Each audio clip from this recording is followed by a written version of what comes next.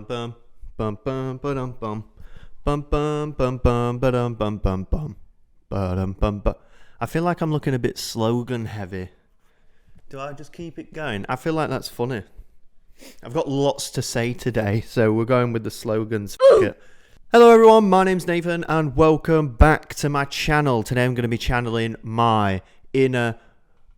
I always go, my inner something. We need to switch it up. Today I'm going to be... the intro. We're going to be doing the best sneakers of 2022 so far. Now, there's going to be lots of surprises. Maybe some stuff that's made everyone else's lists, but there's definitely some stuff in there that I think is unique. Well, not unique. I'm not that unique. I mean, look at me. We're going to run through a bunch of sneakers. I'll try not to dwell on them too long, unless I feel like it's relevant, and a lot of the time it's not, and I do it anyway. But I'm going to do my top ones in no particular order, just sneakers that have really stood out to me this year so far, and the honourable mentions, which I think they're definitely worth mentioning honourably, but they're definitely not the top releases. And to be honest, I think a lot of them may just fall to the wayside at the end of the year. Nonetheless, I think some people need to shine the light on some of these forgotten models. We're going to start off with, and this is like a big thing for me, I won't lie, this is a big thing. It's the Adidas and Gucci Gazelle. Bow! This collection, the pink gazelles and the monogram gazelles, genuinely, I love them. I love them so much. Do I love the price? Nope. Will I ever buy them? Nope. I genuinely think that Adidas and Gucci makes so much more sense than like Adidas and Balenciaga did. I don't see any correlation between Balenciaga and Adidas. I know Demna always says, or has said more recently now that it's more relevant, that the one thing that he used to wear in Georgia growing up was an Adidas tracksuit, and it became synonymous with his like identity, and therefore it makes a lot of sense to him.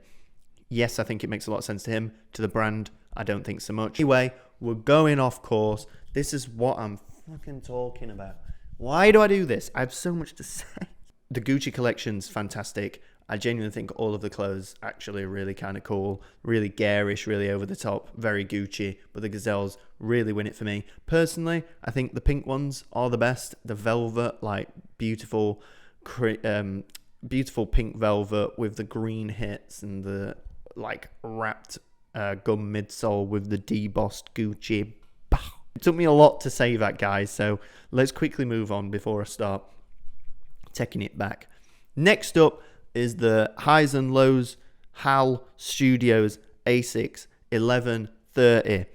This was a sleeper hit. Highs and Lows were like so big, I feel like, when I first got into sneakers, and they've really sort of like gone a little quiet, but these are belters. I don't know whether these might actually be my sneaker of the year so far. Will they make it to the end? I don't think so, but they're definitely up there for me. And 1130 is not a model that I was personally familiar with, and that silver brown hiking kind of inspired like colorway with the just everything, the editorial work, the campaign was so good, and I love them. We'll move on quite quickly from that one because I feel like that one speaks for itself. It's nice to see Asics coming back with a bit of a bang with something like that that's on a more obscure silhouette, and it performing so well. Next up is I've got to remember, the New Balance 990 TG3 Marble Head and Incense Teddy Santis New Balance. Just checking it. TG3, yeah. So these, I think, encapsulate everything that is good about New Balance.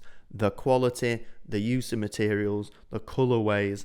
It's a made in England pair, I'm pretty sure, so it's more on retail, but wow, is it beautiful. And the little tweaks of the little black browny, green, grey palette, and the touches and the furry suede.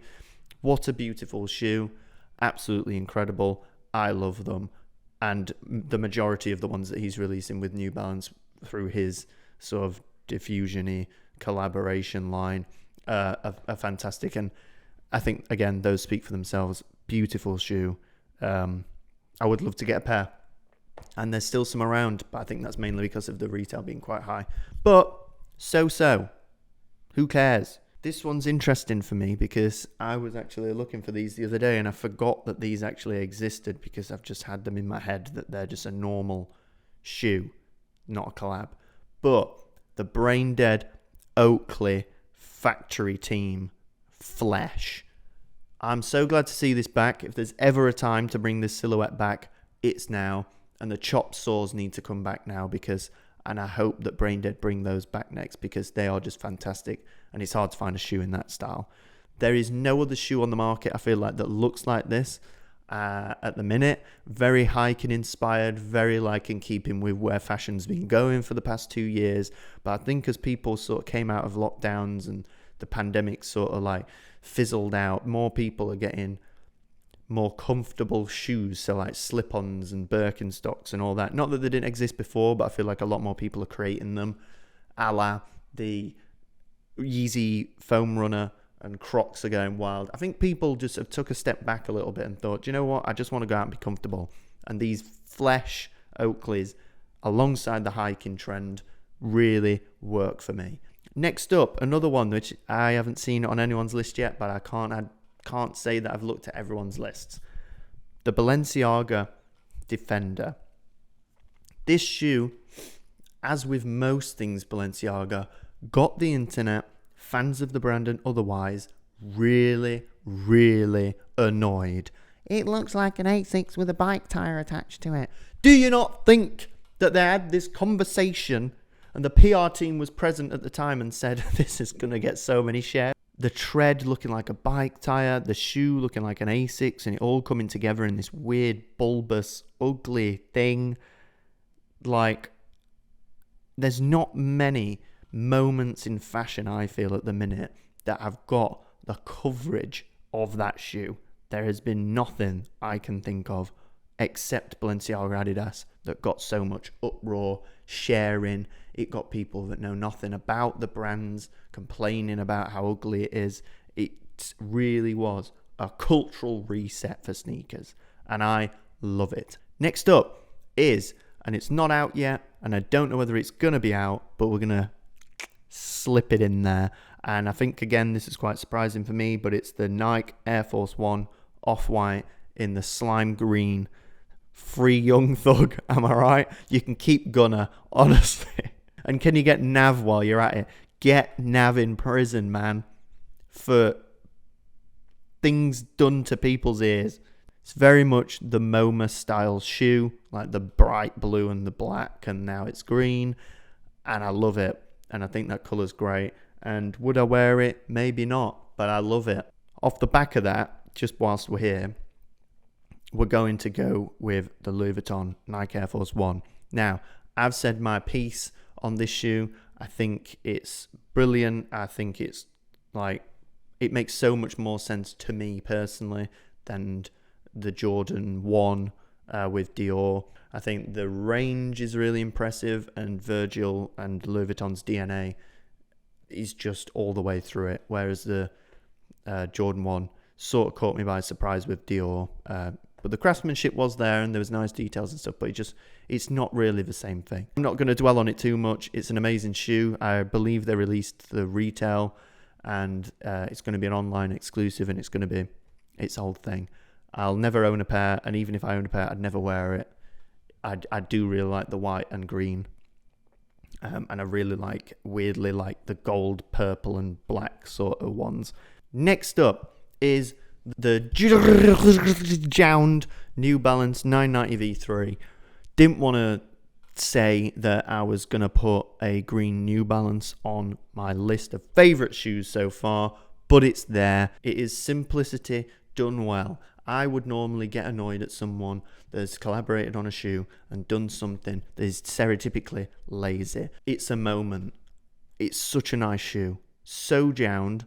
And the green is such a nice shade of green. And you know what? That is the best New Balance. The model is the best New Balance. So I'm glad for me. So I'm glad that they did it on the V3, because that is my favourite New Balance silhouette. Great shoe. Can't go wrong. The next one is a weird one that I haven't seen talked about, and it's definitely not on people's lists. But for me, it's the Nike IPSA Link, which isn't on there for looks because this is amazing. This is an interchangeable shoe.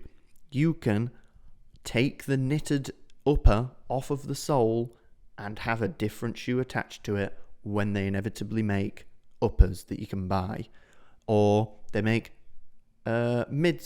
soles that you can buy, and then you're going to have a shoe that there's going to be various iterations of, but you've only ever had to buy the main components to make it work. And I really hope that Nike invests in this and makes variations of this shoe and then makes it cheaper because it was so expensive. And last but not least, on my top, however many that is, list of the year so far is the Comme des Garçons Nike Air Sunder Max, because wow, is that shoe beautiful. Specifically, the white and black pair. The all black pair, also glorious. Not keen on the all white, but that's just me. That shoe is beautiful. The Sunder Max has always been beautiful. I hope this means that they're going to bring it back and roll out some OG colorways. And if it looks anything like those do in terms of construction, in terms of sort of true to the original, I'm happy with that. And there's not much more to say about it because it's a monochrome black and white shoe. But, wow. Wow, the retail's high too. I just had a coughing fit. Guys. It's not COVID. Right, now we're going to go through the honourable mentions because I feel like, as I said previously, these are some sleeper hits or just ones that have been forgotten about in the ether of however billions of shoes we've come out with this year. And the first one, I was talking to Hannah about this yesterday, the Nike Air Presto Hello Kitty. Let's stop sleeping on this shoe. Actually continue to do so because I want to pick them up whilst they're cheap. The box art, fantastic. The print, fantastic. Is it as good as the original samples in the early 2000s? No, it's not. Is it good? I would argue it is. And I think the little Alpha Project dots on the rear of the midsole that have got the little like white, yellow, black, white, black, yellow, black, white, so it looks like Hello Kitty's face in 5 little circles. It needs a mention just for that. The next one will be the Wales Bonner Samba. The Samba's having a moment right now, and Wales Bonner has already done some great stuff, like the one with the woven stripes on the outside with the brown and the fold-over tongue. Fantastic shoe, really good. But these like nylon green ones with the cream and the gum sole, oh, I'm not keen on the red ones. I think they're just a Samba in like a different material, but really lovely shoe. The next one I would say is the Andersson Bell Asics HNS2 Protoblast. So obviously, since Kiko's sort of been put in at Asics, he's been making tons of versions of archive shoes, and Andersson Bell collabed on the HNS2, which just sounds like a ship. But the Andersson Bell one, I think, really pipped him to the post in terms of colorways.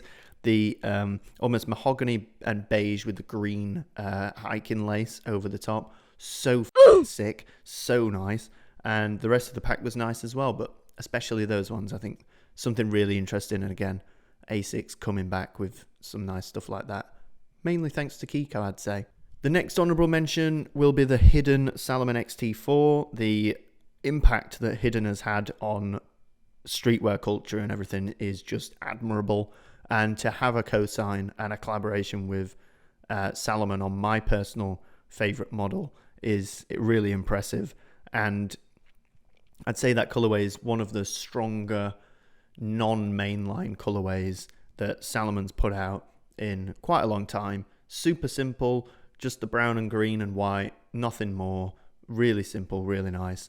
And props to Hidden for even getting that opportunity. It's really impressive. The last one, which, to be honest, I'm going to keep it in this part of the video, but it's going in my top ones.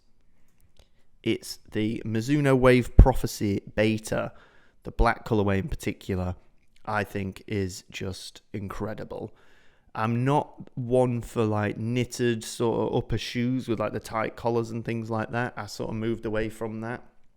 But this shoe is just stunning.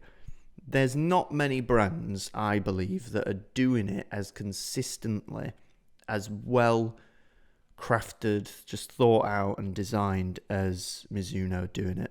Like, no one really, I mean, there is a bubble of people that are talking about them, and I like to think that I was definitely on Mizuno quite early on, but then it sort of slipped away, and it's not something I've been able to come back to as often as I'd like to, just for colorways or models not looking right on my feet. But I've always admired the things that they put out, and the Wave Prophecy, the beta one, is stunning. And payday, I'm getting them. That's the last one, and they are, whether you like it or not, my top sneakers of 2022 so far. Will this list look the same by the end of the year? I think a lot of them are mainstays, but we've still got a lot of time and 5,000,000 dunks to come out yet. So you never know, I could just have a list of dunks. Thanks for watching the video, guys. My neighbor is very, like, not covering up the fact that he's looking at me from his balcony. So I'm gonna call it quits now, and I'll see you in the next one. Let me know what you think of my list, and let me know if you agree, or if you have some additions, or you just hate everything I said, and show me your list instead, because I'm intrigued. I might miss something. I probably missed something. Anyway, guys, I'll see you in the next one. Peace!